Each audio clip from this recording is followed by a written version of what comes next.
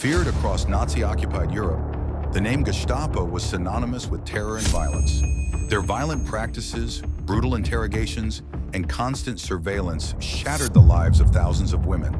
While in their custody, prisoners of the Gestapo faced psychological torment and violence without mercy. The Gestapo, Nazi Germany's secret state police. The Gestapo, or Geheime Staatspolizei, was Nazi Germany's secret state police. Established in 1933, the Gestapo soon became one of the most feared organizations in Germany.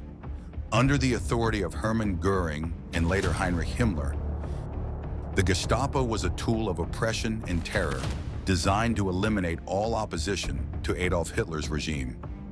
The Gestapo's main aim was to locate, expose, suppress, and destroy the enemies of the Nazi regime. This included political opponents, resistance members, communists, Jews, and any other minority groups considered to be undesirable, such as Jehovah's Witnesses and homosexuals. They had total freedom when it came to powers of arrest and execution. They operated outside the boundaries of normal law enforcement, enjoying incredible amounts of power, and were able to incarcerate people without the need for an investigation or trial. The Gestapo's methods were infamous for their extreme violence, and many women suffered under their iron fist. Women of all ages, the very young to the very elderly, were arrested and subjected to prolonged violent interrogation. The brutal interrogation methods. They suffered relentless beatings, electrocution, mock executions, and constant deprivation of sleep. The Gestapo's methods aimed to break the individual's spirit and instill fear to encourage their victims to share information regarding resistance to the Nazi regime. The Gestapo relied heavily on sympathetic informants to supply them with information regarding dissidents. These informants could be neighbors, colleagues, and even family members. The Gestapo worked hand-in-hand with the SS, the Schutzstaffel, and played an important role in the Holocaust by organizing the mass deportations of Jewish men, women, and children to concentration and extermination camps. When stationed in occupied territories, the Gestapo focused on locating resistance movements, which they did by interrogating and torturing anyone who might have information. By the end of the war, the Gestapo had become synonymous with fear, cruelty, and inhumanity. Rose Besser, a 15-year-old's ordeal. Rose Besser was a young Jewish girl in Poland during the Nazi occupation. As a 15-year-old girl, she suffered a harrowing ordeal at the hands of the Gestapo. Her experiences with the Gestapo began when she was caught illegally selling goods on the black market to help support her family. Upon being caught, she was accused of being a swindler and taken captive by a German policeman. Rose was taken straight to the local Gestapo headquarters. After refusing to provide her interrogator with any information, she was thrown into a dark basement where she landed on a group of fellow prisoners. In total darkness, Rose realized she was surrounded by other Jews, many of whom had been arrested for similar offenses, such as selling produce without the correct paperwork. Later that evening, the prisoners were herded into a waiting van and told they were being sent to Auschwitz. They were told that if they revealed important information, their lives would be spared and they would not be deported to the concentration camp. However, Rose was a local, and she soon realized that they were actually being taken to Benzin instead, where she was imprisoned for the next 3 weeks. During her captivity, Rose was uncertain of what her fate would be. Her family did not know where she was, and she feared being eventually sent to a concentration camp. One day while in her cell, Rose noticed a delivery man who she recognized to be a Jew. She asked him to inform her aunt who lived nearby, so her family could be informed of what had happened to her and that she had not been killed or deported. She was eventually released after 21 days, coinciding with the Jewish holiday of Simchat Torah, which was also her birthday.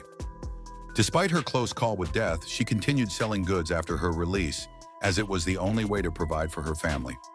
Rose's story illustrates the impossible choices faced by Jewish families under Nazi occupation.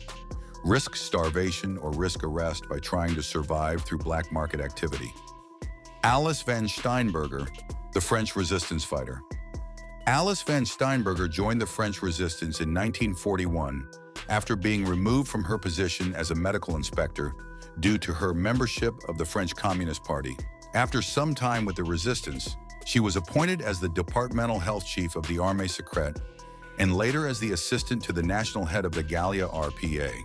two powerful factions of the French resistance. Alice played a pivotal role in the fight against the Nazi occupation. However, her work came at a heavy cost. After 3 years of working with the resistance, Alice was captured by the Gestapo in August of 1944. She was imprisoned in the infamous Montluc prison in Lyon.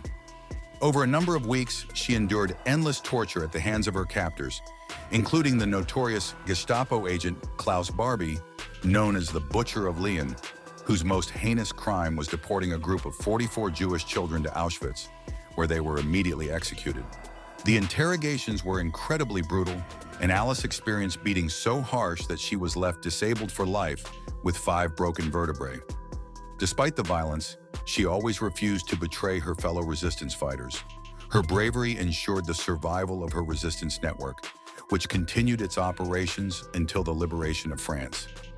Alice spent just over 3 weeks in prison, being freed on August 24th, with the city of Lyon being liberated just over a week later. She reunited with her husband, returned to her home, and resumed her life, now permanently disabled. Alice's story demonstrates the extraordinary courage of resistance fighters who endured unimaginable torture rather than betray their comrades. Her physical disabilities served as lifelong reminders of her sacrifice. Yet she never expressed regret for her decision to fight against Nazi occupation.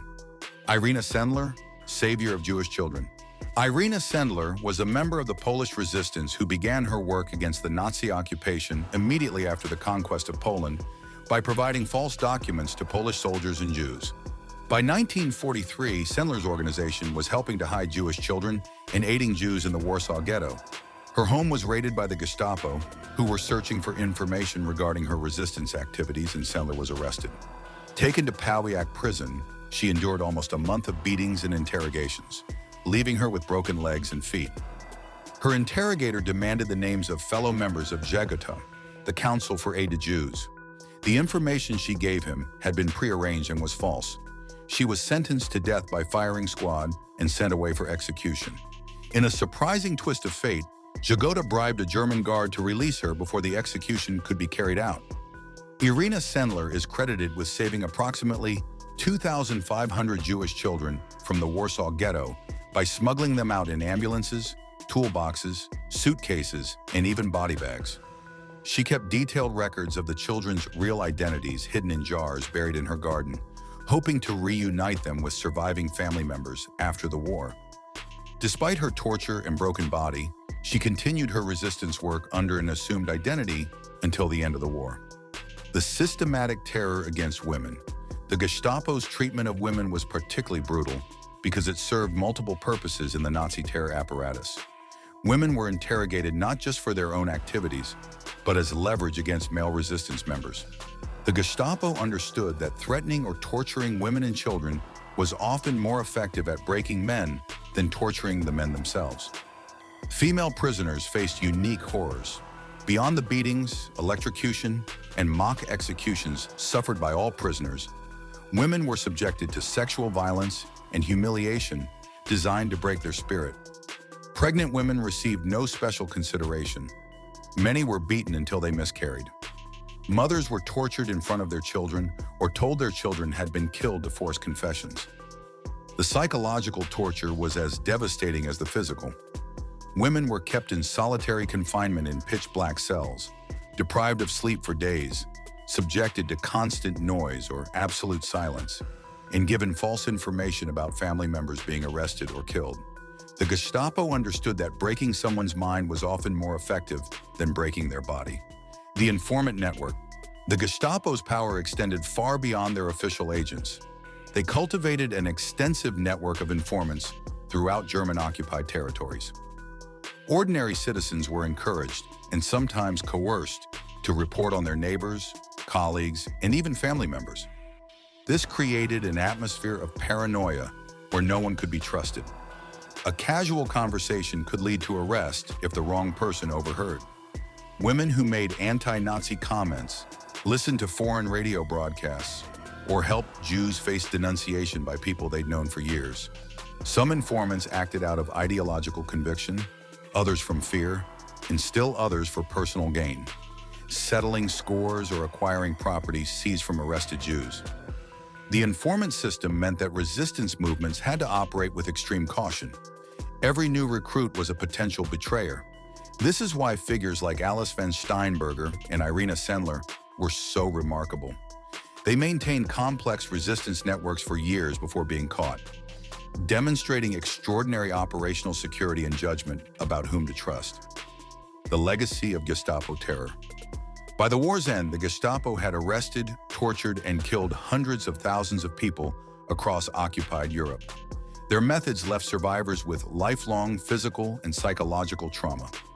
Many women who survived Gestapo interrogation bore permanent disabilities, like Alice van Steinberger's broken vertebrae and Irena Sendler's shattered legs and feet. The psychological scars ran even deeper. Survivors described decades of nightmares, inability to trust others, and persistent fear that the Gestapo would somehow return. The trauma was passed down to children and grandchildren, creating intergenerational effects that continue today. After the war, many Gestapo agents escaped justice. Some were recruited by Western intelligence agencies during the Cold War for their anti-communist expertise. Others fled to South America or the Middle East. Klaus Barbie, the butcher of Lyon, worked for American intelligence before being smuggled to Bolivia, where he lived freely until his extradition and trial in 1983. The Gestapo represents a dark reminder of what happens when a police force operates without legal constraints or moral boundaries. Their story warns against systems that place security above justice, that treat certain groups as subhuman, and that give agents unlimited power over citizens' lives and freedom.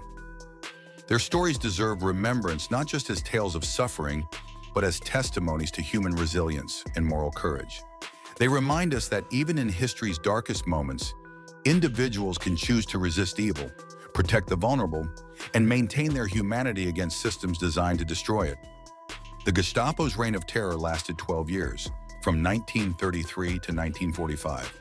In that time, they perfected methods of surveillance, interrogation, and torture that shattered countless lives.